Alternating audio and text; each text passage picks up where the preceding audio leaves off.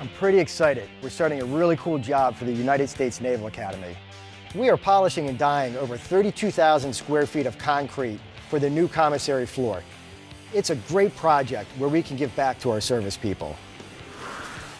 But it's on an incredibly tight deadline, so getting this thing done on time is going to be a big challenge.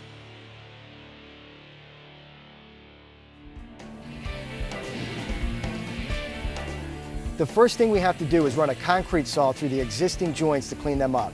We want nice clean edges before we fill the joints with polyurea, a material that expands and contracts with the slab and allows heavy machinery to roll over the joints without cracking the edges.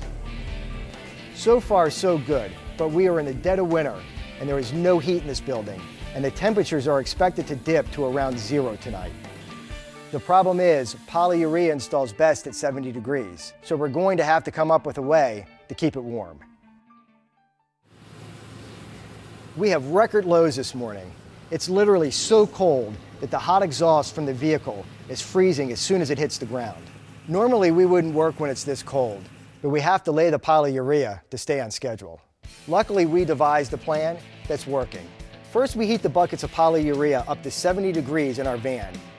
Then we mix the materials and pour the components into our pump. To keep it warm while we apply it, we built a custom heating blanket that wraps around the tanks of the pump.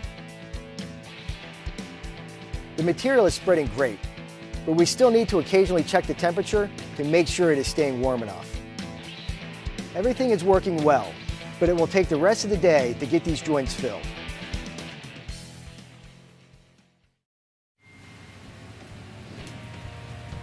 This morning, we are having an ice storm. It seems like Mother Nature is working against us. Luckily, our crews made it in, and we are scraping the excess polyurea off the slab and prepping the concrete for grinding.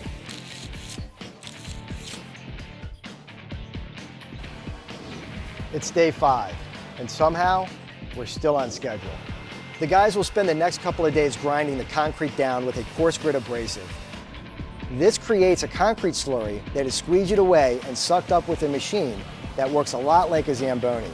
It's a slow process, but we need to remove the cement paste layer and expose the sand aggregate so the color from the dye can set in.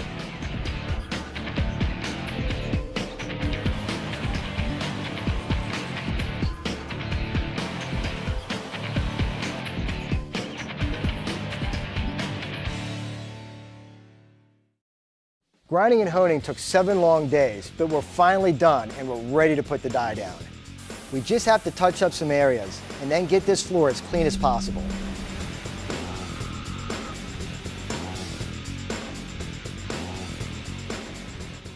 We are at day 13 and we are supposed to be applying the dye. We've only got 3 days left to get this job done, and of course, the cold temperatures are still affecting us.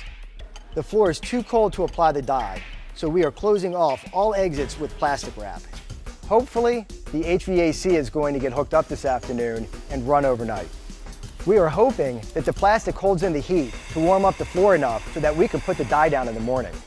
We really need this to work because we're running out of time. The guys are testing the floor.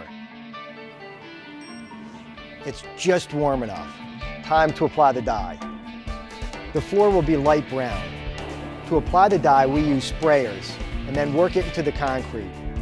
To get a nice rich color, we will put down 2 coats.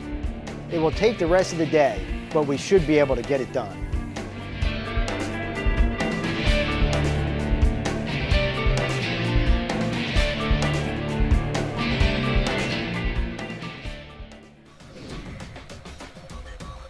The floor is looking great. Today we are doing one last pass with 1800 grit abrasives on our machines. This will give the floor a nice reflective quality that has good clarity.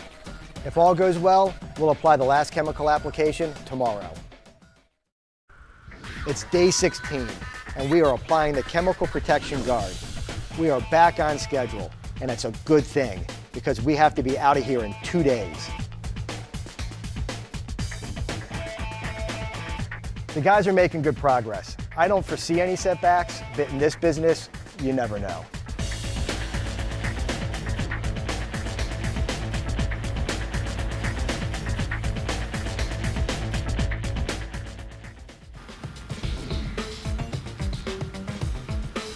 It's the last day, and it looks like we're gonna make it.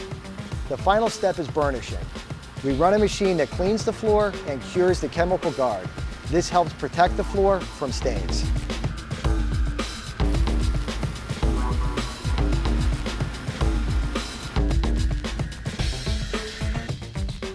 The floor looks fantastic. Now the space gets turned over to the general contractor so they can finish their work.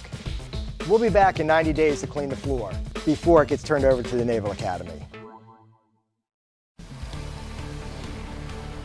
It's the last day on the job, and we just finished the final clean, and let me tell you, the floor looks great.